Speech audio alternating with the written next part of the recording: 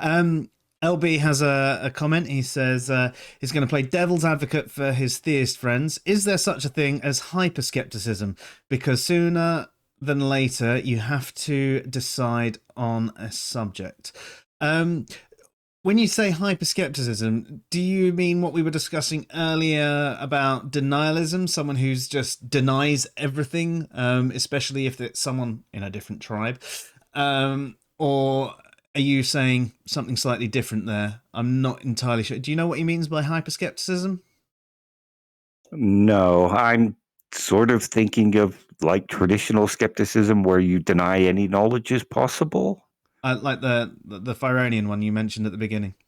Yeah, or academic skepticism, or say possibly something like the brain in the vat argument. I don't know. What do you mean by hyperskepticism, LB? There you go. We need to know what you mean. And philosophers and almost philosophers asking for these clarifications. Surely we should have just jumped on him like the dickhead atheists we really are.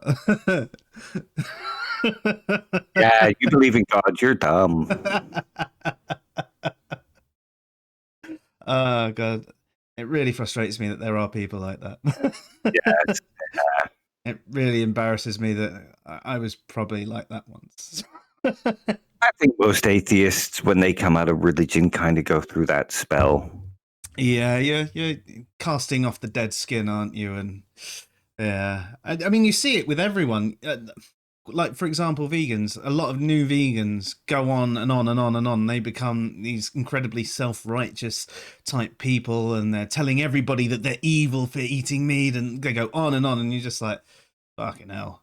If that's what stopping eating meat does, I'm going to carry on eating. Yeah.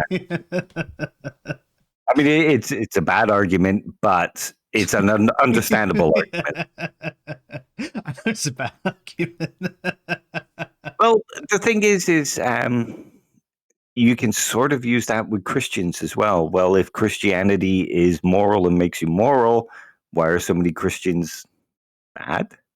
Yeah. And it's not a particularly good argument, but it's still an effective argument and it's a valid argument. Yeah, but you know what the response to that's going to be? They're just going to free will. They're just not, yeah, they're just not paying attention. Yeah. Or they're not actually Christians and not following the Bible properly. Yeah. And I'm glad, actually, with some of the verses in there that they're not. Yeah. So he says, yes, basically, when you're presented as many good reasons to have such opinion, and there's still some skeptics that are in denial, even if what they're presented is sound.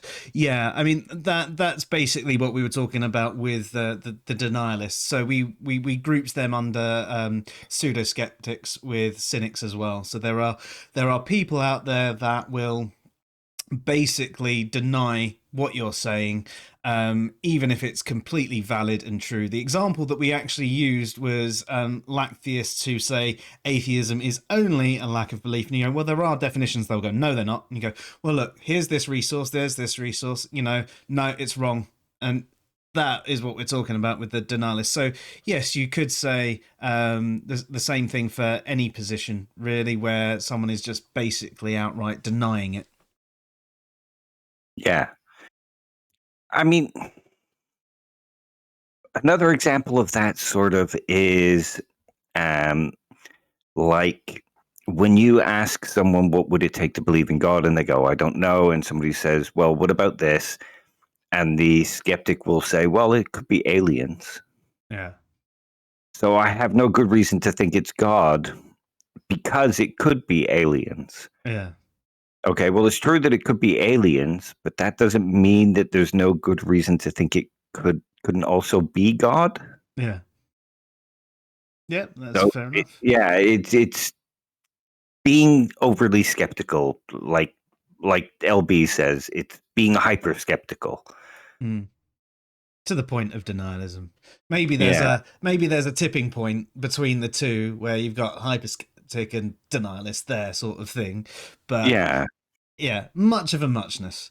Yeah, that's it. And I think one of the things is it kind of goes back to Cartesian certainty, saying that we can't believe something until we're absolutely certain, or we can't act on a belief until we're absolutely certain. Well, again, not necessarily. I mean, there are certain things where I might believe it was God, even though it's possible that it could be aliens.